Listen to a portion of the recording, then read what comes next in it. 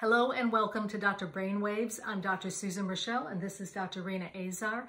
Today's topic is bad periods. What is a bad period? A bad period is anything that bothers you. For an example, if someone is a competitive swimmer, having a period for 8 or 10 days may be a problem, so that needs to be addressed. So one of the things that Dr. Azar will go over is what is a bad period, when to seek help and seek professional involvement, as well as what are some available treatments for this bad period. Dr. Azar? Thank you, Susan. Bad periods, I always say bad is as bad does. So if the period is a problem to you, bring it to your doctor and say, this is a problem for me and this is why. So we kind of all know periods come every month, right? I mean, periods come once a month.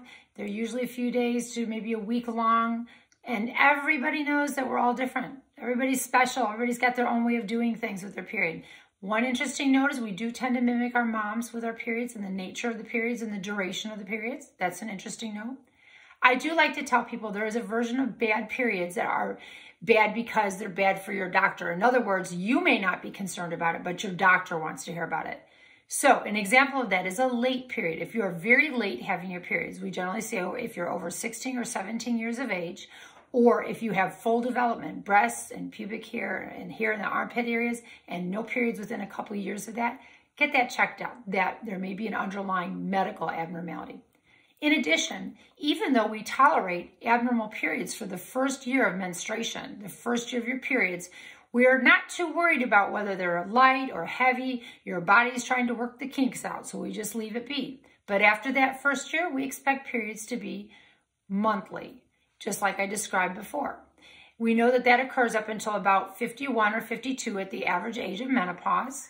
So things that are abnormal, having a period that persists in being irregular beyond that first year of starting your periods. Another thing that's irregular is that as you get closer to the menopause at around 50, your periods should not be getting heavier and longer. They should be getting lighter, maybe skipping some. So that's another concerning point. Bring that to your doctor. I think everybody knows, hopefully everybody knows, after you go through your change of life, if you have bleeding, then you need to go to your doctor. That's called postmenopausal bleeding. Those are bad periods because you may have an underlying medical abnormality that we need to check out.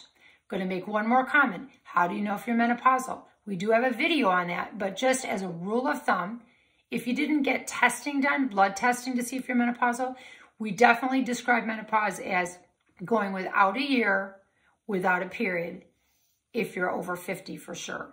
If you're younger than 50, sometimes we check it out because there are some medical abnormalities that cause a premature stopping of periods that we need to know about.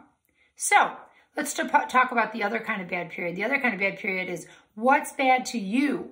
What's annoying to you? And everybody's different.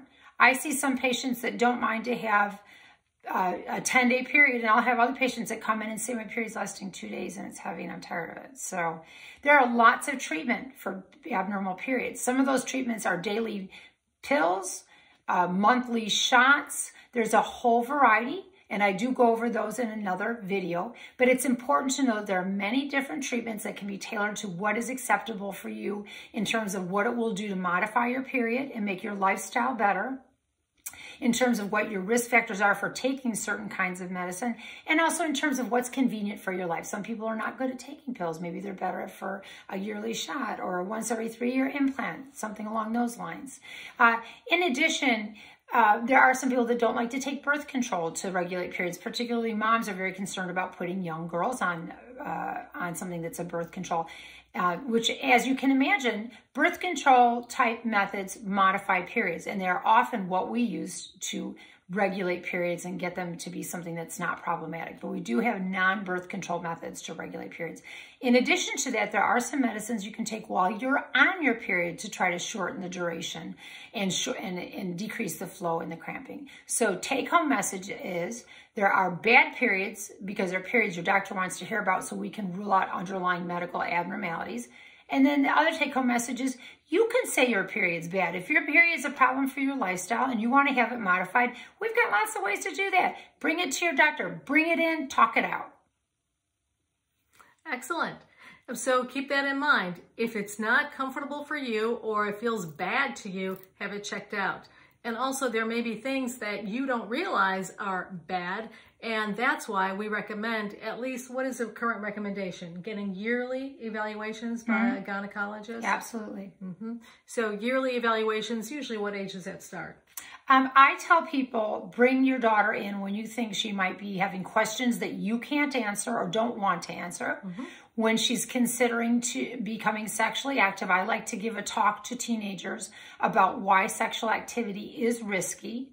And I like to open up that door so that they can talk with me and ask me questions, because even though I introduce it as something that I'm not crazy about young people bringing into their lives, I also like to be open and receptive to the fact that they may need to come to me to get assistance when they're not comfortable going to their parents. So if your child is thinking about becoming sexually active, or thinking about dating, or thinking about questions that you don't want to or can't handle, bring them into the gynecologist. We don't always have to do a physical exam. Sometimes we just talk about things, but we at least get that relationship opened and going.